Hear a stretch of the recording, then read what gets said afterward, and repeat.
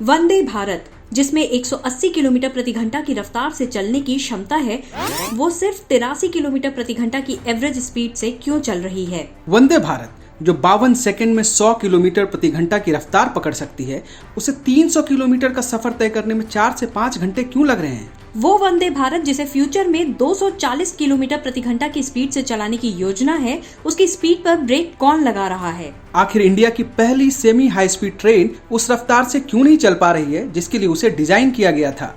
The draft के आज के एपिसोड में हम आपको वंदे भारत की स्पीड पर ब्रेक लगाने वाली कहानी बताएंगे। वंदे भारत की स्पीड पर बात शुरू करें उससे पहले रेल यात्रियों के लिए अच्छी खबर यह है कि वंदे भारत जून 2023 तक भारत के सभी राज्यों को कवर कर लेगी। फरवरी 2019 में लॉन्च हुई वंदे भारत एक्सप्रेस का जून 2023 में सभी राज्यों से गुजरना एक बड़ी कामयाबी है। हालांकि नॉर्थ ईस्ट के राज्यों में रेल ट्रैक्स के पूरी तरह से इलेक्ट्रिफिकेशन नहीं होने के कारण वहां अभी और वक्त लगेगा। अगर वंदे भारत के मौजूदा मैप को देखें तो देश में कुल 17 रूटों पर वंदे भारत एक्सप्रेस चल रही है। 26 जून तक 5 और रूटों पर वंदे भारत एक्सप्रेस चलने लगेगी। इनके जुड़ने से वंदे भारत एक्सप्रेस के रूटों की संख्या 22 हो जाएगी। इतने कम समय में देश में अब तक इतनी ट्रेनें नहीं चली हैं। ये अपने आप में एक नया कीर्तिमान है। इसके चलने से ये फायदा होगा कि हर राज्य से कम एक वंदे भारत एक्सप्रेस चलने लगेगी। अगर मौजूदा समय की बात करें तो देश में राजधानी एक्सप्रेस सबसे ज्यादा 24 रूटों पर और शताब्दी ट्रेन 21 रूटों पर चलती है। 26 जून को वंदे भारत एक्सप्रेस शताब्दी ट्रेन को पीछे छोड़ देगी और अगले कुछ ही दिनों में राजधानी एक्सप्रेस भी पीछे रह जाएगी। हालांकि राजधानी एक्सप्रेस लंबी दूरी की स्लीपर ट्रेन है, जबकि वंदे भारत और शताब्दी छोटी दूरी की चेयर कार ट्रेन है। अब उस सवाल पर आते हैं जो रेल यात्रियों के मन में है। Vande Bharat average speed 100 kilometre प्रति घंटे से कम क्यों है? हमारे रिसर्च में इसके 5 कारण मिल रहे हैं, जिसमें पहला और सबसे बड़ा कारण है रेल पटरियों की मजबूती। भारत में जितनी भी रेल पटरियां हैं उनकी क्षमता इतनी नहीं है कि वो 180 या 160 किलोमीटर प्रति घंटे की स्पीड को लंबे वक्त तक झेल सके। भारतीय रेलवे की ज्यादातर पटरियां अंग्रेजों के जमाने की है। वो इतनी पुरानी और कमजोर हो चुकी है कि ज्यादा गर्मियों में पिघल तक जाती हैं। ऐसी स्थिति में वंदे भारत एक्सप्रेस ज्यादा से ज्यादा 130 से 140 की स्पीड में ही चल सकती है। इसलिए मॉडर्न और सेमी हाई स्पीड होने के बाद भी ये अब तक 180 किलोमीटर प्रति घंटे की रफ्तार हासिल नहीं कर पाई है। दूसरा कारण है सिग्नल सिस्टम। वैसे तो भारत में ज्यादातर रेलवे रूटों पर इलेक्ट्रॉनिक इंटरलॉकिंग सिस्टम है, लेकिन अभी ये इतना फुल प्रूफ नहीं है कि ट्रैक पर ट्रेन को 180 किलोमीटर प्रति घंटे की स्पीड से चलाया जा सके। देश में सिर्फ दिल्ली भोपाल रूट पर निजामुद्दीन से आगरा के बीच के रूट पर ऑटोमेटिक सिग्नल है। इसके अलावा इस रूट की पटरियां भी काफी मजबूत हैं, जिसके कारण सिर्फ इसी रूट पर दिल्ली से आगरा के बीच वंदे भारत 160 किलोमीटर प्रति घंटे की स्पीड से दौड़ पाती है। रेलवे लगातार पटरियों की मजबूती पर काम कर रहा है। 2025 तक वंदे भारत की एक्चुअल स्पीड को हासिल कर लेने का अनुमान है। तीसरा बड़ा कारण है रेलवे पटरियों पर फेंसिंग न होना। भारत में रेलवे ट्रैक्स ओपन होते हैं, यानी कोई भी चाहे तो उस पर कहीं से घुस सकता है। ऐसे में कई बार जानवर ट्रैक पर आ जाते हैं, जिससे जानवर और ट्रेन में टक्कर होती है। इससे बचने के लिए खतरे वाले इलाकों में ट्रेन ज्यादा स्पीड में नहीं चलती है। सरकार प्लान बना रही है कि भीड़ भाड़ वाले इलाके में रेल लाइन के दोनों तरफ फेंसिंग की जाए, ताकि उस पर कहीं से कोई प्रवेश न कर पाए। इससे हादसे रुकेंगे और ट्रेन भीड़ भाड़ वाले इलाके में भी फुल स्पीड से चल पाएगी। चौथा बड़ा कारण है पुराने और कमजोर हो चुके रेलवे पुल। भारत में 1,47,523 रेलवे ब्रिज हैं। इनमें से करीब 37,689 पुल 100 साल से ज्यादा पुराने हैं।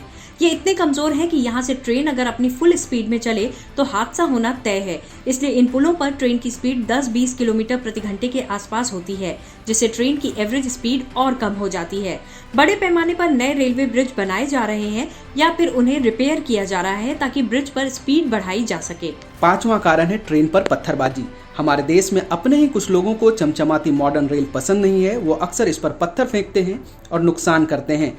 सिर्फ और सिर्फ वंदे भारत एक्सप्रेस पर 2019 से अब तक 210 से ज्यादा बार पत्थरबाजी हो चुकी है और 106 से ज्यादा लोग गिरफ्तार हो चुके हैं। इस कारण भी कई बार पत्थरबाजी वाले इलाकों से वंदे भारत ज्यादा स्पीड से नहीं गुजरती है। ये तो समस्याओं की बात थी, लेकिन सवाल है कि सरकार वंदे भारत की स्पीड बढ़ाने के लिए क्या कर रही है। सरकार इसके लिए सबसे ज्यादा फोकस रेलवे इंफ्रास्ट्रक्चर को मजबूत करने पर कर रही है। 2023-24 में रेलवे के लिए 245 लाख करोड़ रुपए का बजट दिया गया है, जो 2013-14 के 63,363 करोड़ से 4 गुना ज्यादा है। इतना ही नहीं, 2014 तक 21,614 किलोमीटर रेलवे ट्रैक ही इलेक्ट्रिक लाइन से जुड़े थे, जो 2023 में बढ़कर 58,812 किलोमीटर हो चुका है। मालगाड़ी के कारण कई बार पैसेंजर ट्रेनों को रेलवे ट्रैक खाली नहीं मिलती है। इसके कारण इसे जहां तहां रुकना पड़ता है और ट्रेनों की एवरेज स्पीड पर इसका असर पड़ता है। ऐसा ना हो, इसके लिए अलग से फ्रेट कॉरिडोर बनाया जा रहा है। वेस्टर्न और ईस्टर्न डेडिकेटेड फ्रेट कॉरिडोर का 90% काम इस साल दिसंबर तक कर लिया जाएगा। इसके होते ही दिल्ली से कोलकाता और दिल्ली से मुंबई की ट्रेनों की स्पीड बढ़ जाएगी। इसके अलावा हर साल नए ट्रैक बनाए जा रहे हैं, जिससे पुरानी पटरियों पर लोड कम हो और स्पीड बढ़ाई जा सके। इन समस्याओं के बाद भी वंदे भारत एक्सप्रेस राजधानी और शताब्दी जैसी प्रीमियम ट्रेनों से ज्यादा स्पीड से चल रही है। इसके पीछे 2 बड़े कारण हैं। पहला कारण है इसमें इस्तेमाल होने वाला लोकोमोटिव पावर।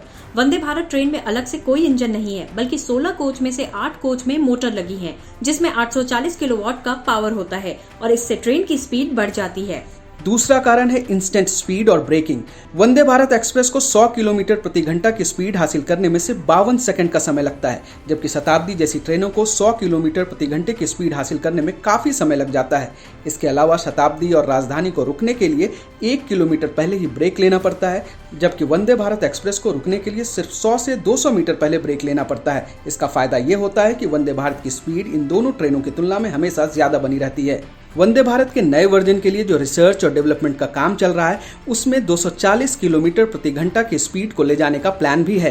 रेलवे में सालाना 800 करोड़ लोग ट्रैवल करते हैं, जबकि 250 करोड़ के आसपास रोड ट्रिप होती हैं और 30 करोड़ लोग फ्लाइट से ट्रैवल करते हैं। सरकार भी ये समझ रही है कि रेलवे ही देश की लाइफलाइन है, इसलिए सरकार का सबसे ज्यादा फोकस रेलवे को मॉडर्न बनाने में है, चाहे वो नई रेल लाइन हो, नए रेलवे स्टेशन या फिर वंदे भारत जैसी नई ट्रेन। वंदे भारत एक्सप्रेस को लेकर रेलवे का फ्यूचर प्लान क्या है, हमारी टीम इसके लिए एक वीडियो ड्राफ्ट कर रही है। अगर आप चाहते हैं कि हम वो वीडियो जल्दी से जल्दी लाएं तो कमेंट में जरूर लिखें। अगर आपको हमारा ये वीडियो अच्छा लगा तो लाइक करें, कमेंट करें, शेयर करें और सब्सक्राइब जरूर करें।